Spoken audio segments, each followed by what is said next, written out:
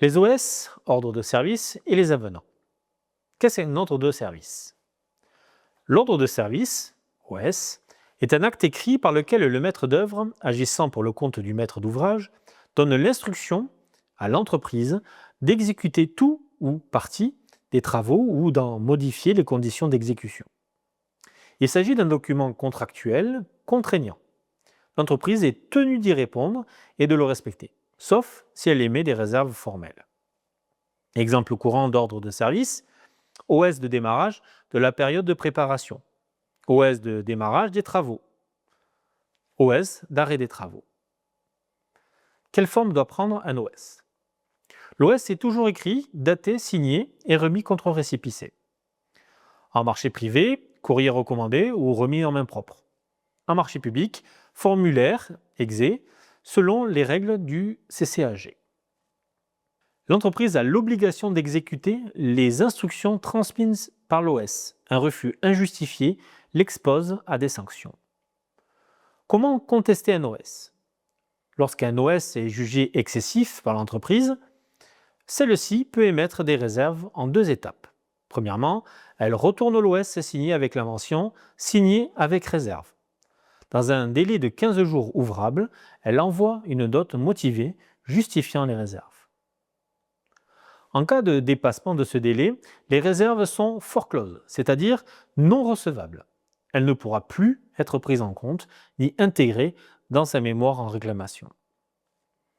Qu'est-ce qu'un avenant? L'avenant est un document contractuel signé par les 2 parties, le maître d'ouvrage et l'entreprise. Elle modifie certaines clauses du contrat initial, ça peut être le prix, le délai ou la prestation.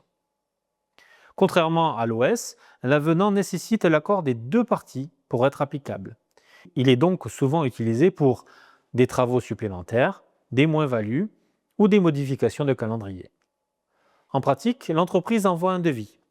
Le maître d'œuvre rédige un avenant, fait signer l'entreprise, la signature du maître d'ouvrage et la transmission aux parties. L'ensemble des avenants signés pendant le chantier doit être intégré au décompte général définitif, en fin de marché. Le compte prorata. Qu'est-ce que le compte prorata?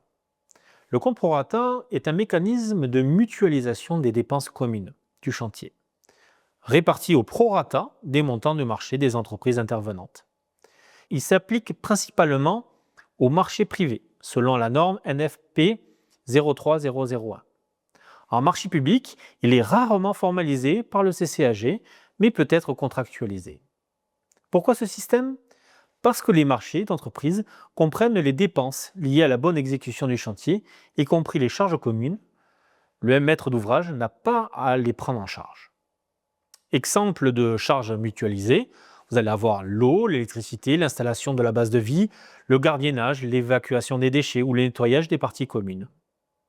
Qui le gère?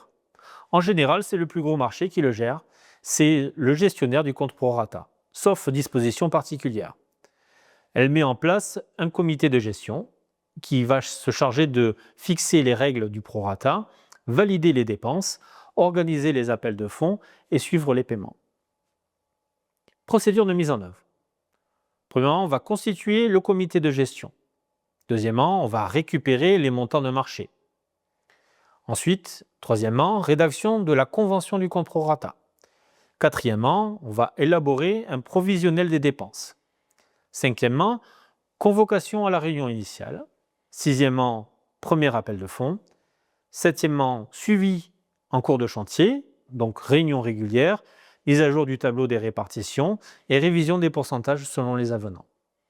Et enfin, clôture du compte. À la fin du chantier, le prévisionnel devient le décompte final. Envoi des quitus aux entreprises. Transmission du maître d'ouvrage pour vérification avant le DGD. Le rôle, assistant du maître d'ouvrage dans la gestion du prorata.